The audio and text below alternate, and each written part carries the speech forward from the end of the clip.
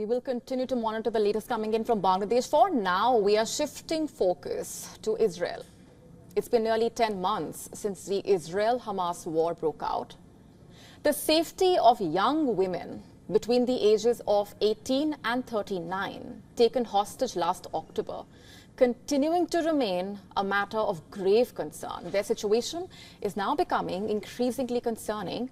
At a recent security cabinet meeting, the Mossad Chief David Barnea issued a dire warning, stating that young female hostages held by Hamas do not have time for prolonged negotiations. It's a very crucial statement there. Barnea stressed that any delays in forming a new deal could have catastrophic consequences for these captives. The Transportation Minister, Miri Regev, who was also a part of this closed-door security cabinet meeting, echoed this sentiment, labeling the hostage crisis as an open wound in the society. An open wound. She emphasized the government's obligation to these citizens. The Intelligence Minister, Gila Gamliel, concerned about the potential sexual violence against the hostages, urged Prime Minister Netanyahu to ignore coalition threats and move forward with the deal. Prime Minister Netanyahu, however, is caught in a political predicament. The National Security Minister Itamar Ben-Gvir and the Finance Minister Bezalel Smotrich have threatened to dismantle the government if any deal that does not end the war is pursued. And despite these threats, Gamliel insisting that Netanyahu must proceed with the Netanyahu deal to secure the hostages' release. Netanyahu himself, by the way, appeared to downplay the urgency, focusing instead on military pressure against Hamas as the best strategy to force an agreement. Allegedly, security officials and ministers who made statements opposing military activities were criticized by Netanyahu, claiming it weakens Israel's negotiating power.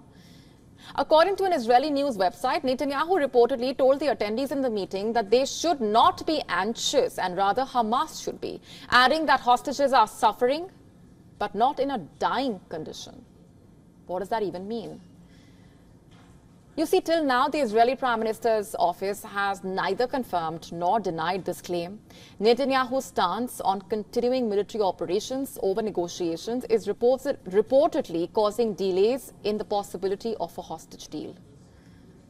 Israel has continued to target Hamas and its close associations. Just earlier today, in fact, Hamas confirmed that Commander Mohammad Jabara died in an Israeli airstrike in eastern Lebanon this morning. According to Lebanese media, Jabara was a member of the Al-Jama al-Islamiyah, or Islamic group. The group reportedly operates closely with both Hamas as well as Hezbollah. Noting that Hamas is at its weakest point since the war started, Defense Minister Yoav Gallant and the IDF Chief of Staff, Herzi Halevi, support Barnea's urgent call for a deal. They believe an agreement could be reached soon if efforts are concentrated now. Meanwhile, the ultra-Orthodox Shas party has publicly backed Benjamin Netanyahu, urging him to disregard the hardline stance of the coalition partners and prioritize the hostages' return. Shas emphasizes the religious and moral imperative to redeem the captives, underscoring their support for Netanyahu to act decisively. The proposed deal includes conditions like preventing Hamas from smuggling weapons and moving fighters via tunnels under the Egypt-Hamas border. And monitoring these movements could take weeks, time that the hostages simply do not have, according to Barnea. The defense minister has warned of the challenges in reaching an agreement on these monitoring mechanisms, highlighting the complexities involved. The urgency was underscored by the release of new images, by the way, showing the physical harm suffered by 5 female IDF soldiers held by Hamas. Women's rights groups have called on Netanyahu to act, emphasizing the dire conditions that the hostages face. And despite the pressure, Netanyahu remains focused on maintaining military operations, believing it to be the most effective way to pressure Hamas into compliance.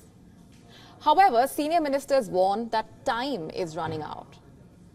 As international mediators continue to push for a resolution, the stakes could not be higher. An Israeli delegation, by the way, is in Egypt for ceasefire talks, hoping to break the deadlock. The deal on the table, promoted by US President Biden, involves a phased approach that includes Israel's withdrawal from Gaza in exchange for hostages and the release of Palestinian prisoners. The path forward is fraught with political and strategic challenges. Netanyahu must navigate a treacherous landscape of coalition politics, military strategy, and international diplomacy. What will his next move be?